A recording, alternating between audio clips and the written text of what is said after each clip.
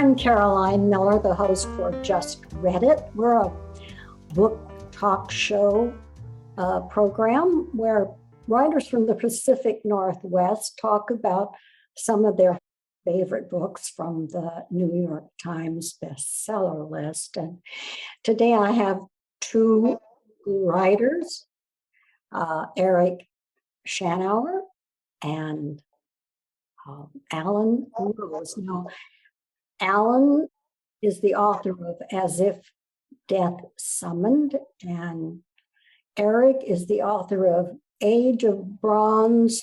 Fill in for me. Is Age of Bronze the title? I think there's something about 1,000 ships in it, Eric. Age of Bronze is the series title. 1,000 Ships is the first volume. Okay. Well, those are my two guests, and they're with me today to discuss Colm Toibin's The Magician, the fictionalized life of Thomas Mann, but who is one of my favorite writers, if anyone cares. But first, I want to get to know our guests a little better. So I'm going to start with you, Eric. I wonder if you would talk to us a little bit about your book and the series that you envision. Thank you, Caroline. I'm happy to be here. My book is called Age of Bronze, 1,000 Ships. It's the first volume in my graphic novel series about the Trojan War. I have taken all the different legends of the Trojan War from Homer's Iliad on down through the ages and sort of mushed them all together into one long storyline, meanwhile setting the story in the correct time period, which is about the 13th century BCE. So since it's told in the comics medium, you see everything happen while you're reading the story. So I do my best to get all the costumes and weaponry and architecture and hairstyles correct. So I basically have two different paths to follow in creating this project: the literary path of the legend of the Trojan War, and the historical path of all the archaeology that's been discovered. And there are 4 volumes in this series so far, and I'm still working. So, but the first one is out now. Oh, yes.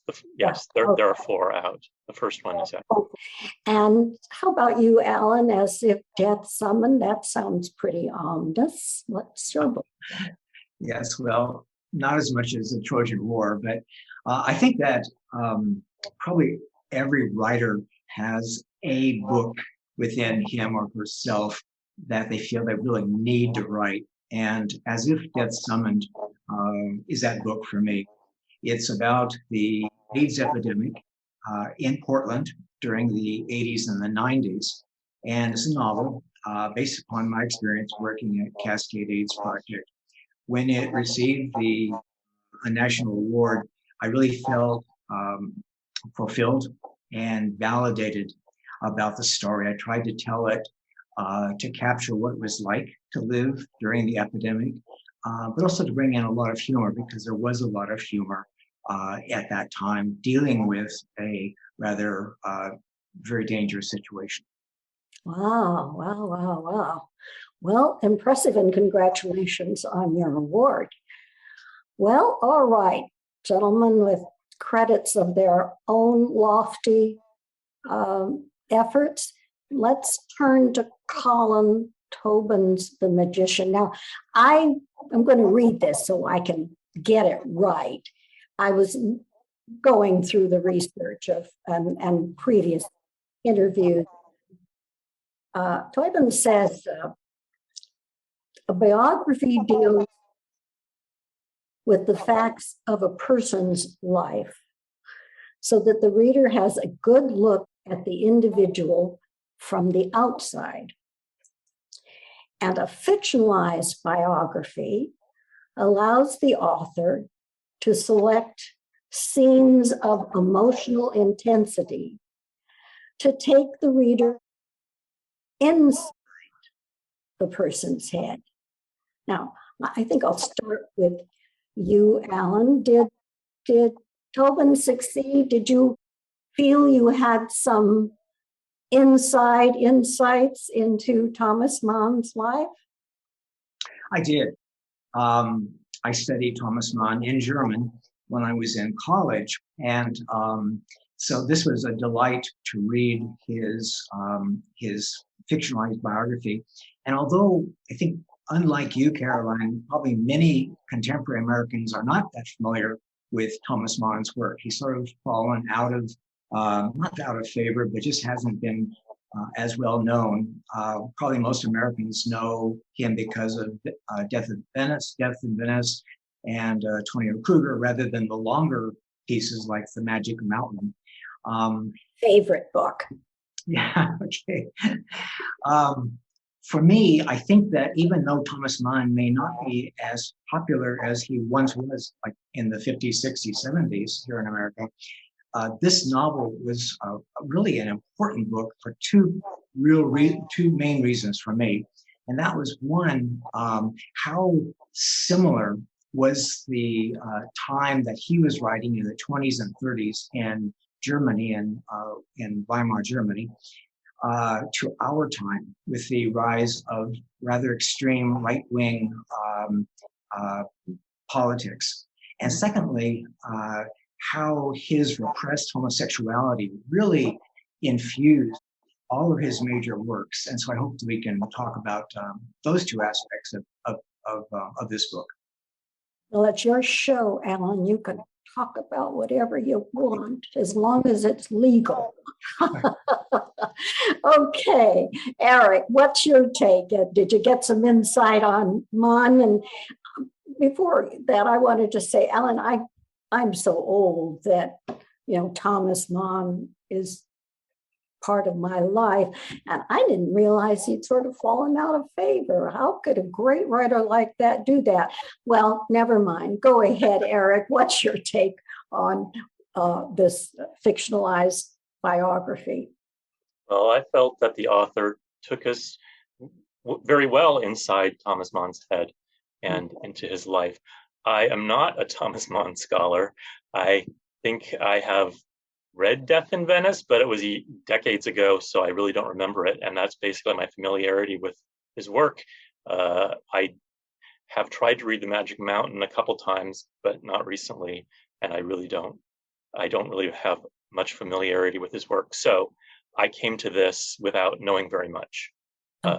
And I found the life that Toibin tells is fascinating.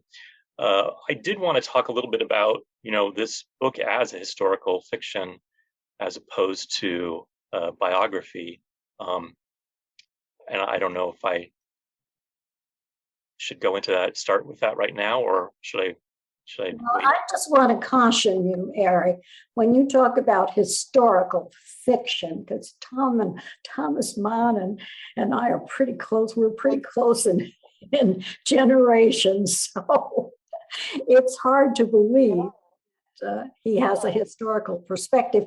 But I agree with you, Alan, that certainly it is timely in terms of the world as we see it. Well, all right, go ahead. You've led us down a path, Eric. Give us the historical perspective. Oh, well, I'm really not trying to insult anybody by calling it historical. I figure, from my point of view, any book that's set more than 50 years ago, I would consider historical fiction. Okay. I'm not trying to say we're thousands and thousands of years ago, like I write. But, as someone who writes historical fiction, I certainly have thought about what makes historical fiction as opposed to anything else. Certainly my view of historical fiction is there are sort of two ways to approach a story. One is using actual figures from history as the main characters, and the other is setting a story using completely made up characters in an actual historical setting. Obviously, The Magician would qualify as using actual historical figures in the story. I read the note at the end where Toibin talks about his sources, and there are quite a lot of them. I don't know, as someone I would be interested in Alan's perspective as someone who does know something about man. Do you have familiarity with a lot of the sources or any of the sources? Okay, because I don't have any way to judge how the author used the sources in telling his story, which is marketed as a novel, so I'm assuming it qualifies as historical fiction and not as biography. That's certainly the way it's presented by the publisher. I think that to answer your question, Eric, yes, the two main works that Toibin relied upon was Anthony Heilbut's masterful volume called Thomas Mann, Eros and Literature. It was written in 1995. And it really looks at Mann's life and then compares his life to the works, his major works. The other one is Ronald Hayman's biography called Thomas Mann, also written in 1995. What's significant is that both of these books were written as Mann's diaries, personal diaries, had been released. And up until the 90s, they had not. And it was with the diaries that people understood just what a role his repressed homosexuality played in his life, because he was very explicit in his diaries. So yes, I think that Thomas Mann, Eros and Literature, and then Ronald Hyman's biography are great places to start with somebody who's interested in following more with Thomas Mann. Saying that, I really think that Toibin relied heavily on them, because going all the way through the novel, it was just so biographical. The events that he talked about, really happened. Probably where he made up, where he fictionalized more, was in a lot of the conversations, the dialogues. But like with his brother Heinrich, with whom there was always a competitiveness between the two brothers, both writers, that was very authentic and very good. I've read that one reviewer say that that Toibin probably invented some of the sexual interactions with Mann, because Mann himself was so repressed and also so sort of stately that he would not have gotten himself into some situations where, for example, with a young man named Klaus Weusler, that although he had a relationship with Klaus Weusler, probably they never ever engaged in any intimacies, as Toibin suggests in his book. I'm sorry, I need to break in here a little bit, because we're getting into, we need a little bit of background. So for the audience, Thomas Mann lived between World War I and World War II. And he had 6 children with a woman who described as a very boy-like. And he had what Alan is pointing out, this shadowy attraction, which appears very distinctly in A Death in Venice. And now that we're looking back at his work, we're getting a sense. But this was a man who lived one life externally and another life internally, for the most part.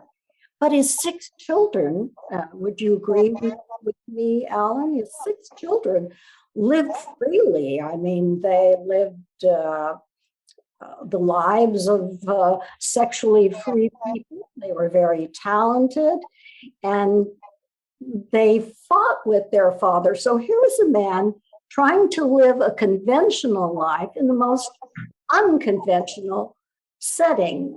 Alan, do you want to pick up on that? Yes, Thomas Mann and his wife Katja had 6 children. 3 of them were gay, and were, as you say, Caroline, very forward about that. And part of that is the time that they were growing up. During the 20s, 30s in Germany right after World War I. It was a rather bohemian period. And so they had the freedom, with as many artists had, to be who they wanted to be. And so it's always interesting that that Erika Mann and Klaus Mann, his two oldest children, were very open about their sexuality, compared to their father, who was very closed, even to them, about that. But to a comment that you made is important. We know about Death in Venice, written about 1912, and Tonio Kruger was an earlier work, I think 1901. And in those pieces, he talks about same-sex attraction. Tonio is a youth, a young boy, which really is very much patterned after Mann. Thomas Mann once was asked about his first love experience, and he said, "Read Tonio Kruger." You know, he was that much. Death in Venice, of course, with the aged Aschenbach. For the very young Tazu was a very different situation, but that too reflected Mann's attraction. One thing that Eric had alerted me or reminded me about historical fiction, I think it fits here so well, is that the great novelist E.L. Doctorow had once said that the historian tells us what happened. The historical novelist tells us what it felt like. And I think that's something to really celebrate with Toibin and all good historical novelists. They give us that sense of what it felt like to be Thomas Mann living when he did. And obviously you felt he succeeded. What about you, Eric? I mean, as the neophyte among us, what was your take on the book? Did you enjoy it, knowing nothing about or little about Mann? Yes, I enjoyed it very much. Talking about his kids, I thought they were all very different. They were all so extremely well characterized. As someone who doesn't know really anything about Mann's life, I wondered how much was actually true and how much was made up, because all the kids are so different, and but they're all so distinct, which I found very admirable in the way he managed to do that. I read the book once, and then I skimmed lots of parts of it again a second time. The relationship that he has with Klaus, is it Heuser? That's the one where it's not clear to me as a reader whether anything happened or not, because there's a kiss and then that scene ends, and the story picks up sometime later, and I wasn't sure whether that was supposed to leave room for me to understand that there was more going on, or whether that was actually the end of what happened. So I found that to be a question, and I wasn't sure whether the author particularly wanted to leave that open to question, or was trying to make a statement, and I didn't quite get what was going on. Ellen, what do you think about that? Klaus Häusler was an 18-year-old who spent some time with the Mann family. And interesting, in interviews later with him in his life, he never realized that Thomas Mann was attracted to him. And so there's a scene in Toibin's novel, as Eric alludes to, where all that happens between them is Häusler is rather forward with Mann, comes up and kisses him. And that's pretty much the extent of what happens. Well, in actual life, even that didn't happen. And Häusler, who himself, when he was adult, was admitted he was gay, was surprised that Mann had these feelings for him, because he was not aware of it. So there we have some invention on the part of Toibin. But I think it's probably very appropriate. He's getting into Mann's mind, probably Mann's fantasies. Well, that raises the question, and we only have 3 or 4 more minutes. That raises the question of the Toibin, the author selects, doesn't he, that which makes the story as he sees it. So how fair do you think it is? Do we see Toibin in this book as we do Mon? Do you think this is a fair genre? I'm going to ask you, Eric, if you'll just give us a quick opinion on that one. How fair is it for the author to make up stuff in what's in historical fiction? Well, I'm pretty strict about no, it's not fair for the author to make history up. If the author does, I think it needs to be in a note at the end of the book explaining to the reader exactly what is made up. So that's my take. But so as someone who doesn't know a lot about Thomas Mann, that was my sort of a question in the back of my mind all the way through the book. What is being made up here? I don't know. That's why one reason I was interested in reading the note, and the note doesn't really reveal anything at the author's note reveals nothing like that at the end. But the book is a very strong, enjoyable book. So I don't know. It's like, what do you can't fault this over here. You can fault this aspect over here. The book is the book, I guess. Alan, quick take on the fairness of fictional biography. I think that must be said that Toibin followed Mann's life very closely, and he may have invented conversations, dialogues, but also a lot was taken from his diaries and his letters. So Toibin was pulling from all over the place. And Eric referred to how conflicted some of his relationships were with his children. And if you read the biographies, that's very accurate. And it's actually at times very funny because Eric is such a very strong personality, patterned after her mother, who is also a very strong personality, very admirable in so many ways, that the novel can be humorous, watching this conflict between everybody, and also very touching as to how they as a family continue to live through a very tumultuous period. Yes, you've got these war backgrounds, and we haven't touched the book. We haven't had time. I'd love to talk about the theme of music. At one point, Toibin says, it struck him as he was writing that Hitler left Wagner, and so did Mann, and so forth. So I'm going to just have to ask you, for the reader, for you to, at least, would you recommend the book, Alan? I definitely recommend it. I think even if you're not familiar with Thomas Mann, it's just a good read in itself to talk about a great man, a great author, and the conflicted times in which he lived, and also the way he changed. I think that's the thing we haven't talked about. He was very much conservative. At the time of the First World War, he was gung-ho for Germany, believed in the German soul, and then through the rise of Nazism and such, he really changed that very much and saw that as detrimental to the German people, this exceptionalism, and saw that it had really brought out this rise in right-wing thinking. Like I said, I think that something that we're seeing today in our own country. Well, and just as a little aside,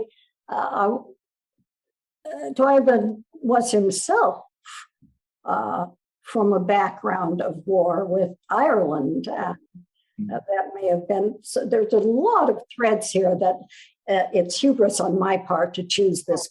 We could discuss in 20 minutes, but you give it a stamp of approval. Eric, how about you?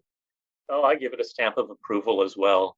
It's a quite enjoyable book with vivid characters. Saying that it only lasts from World War I to World War II, I don't think quite characterizes it, because it encompasses his entire life starting in 1891. And we learn about his mother, who's an incredibly interesting character, and his siblings that he grew up with. And it's basically 3 generations of his life, all encompassing. Well, it's a very long book too, so Yes, it is. it covers a lot of ground. But yes, I recommend it. Okay, great. Well, all right. We hope we've whetted our readers' interest. We've got 3 thumbs up here. A brilliant writer of history being revealed by a brilliant writer of the present, and how sad that the past and the future in terms of circumstances seem to be the same. But before we go, we want to give your readers a reminder of what you have. So again, Eric, the title of your book? The title of my book is Age of Bronze, 1,000 Ships. And it's the first of a series? Book 1 in a graphic novel retelling of the complete story of the Trojan War. And you've written 4 of the books in this series. Did I get that right? Yes, there are 4 books in the series so far. Okay, well, we recommend that they start with the first, right? Of course. Okay. And Alan, again, your book? As If Death Summoned, about the AIDS epidemic here in Portland. Wow, that must be a fascinating read and a hurtful, troubling research project. Okay, dear audience, 3 of us say, go read this book, The Magician, if nothing else but for its masterful writing and insights about life. Wouldn't the 2 of you agree? To my audience, first I want to thank my guests, Alan Rose and Eric Shanower. I want to make sure I get it right so people know what to ask for in the bookstores. Please come back and see us publish every 2 months. So you might want to subscribe so you don't miss these discussions. And in the meantime, this is Caroline Miller for Just Read It. Thank you for being with us.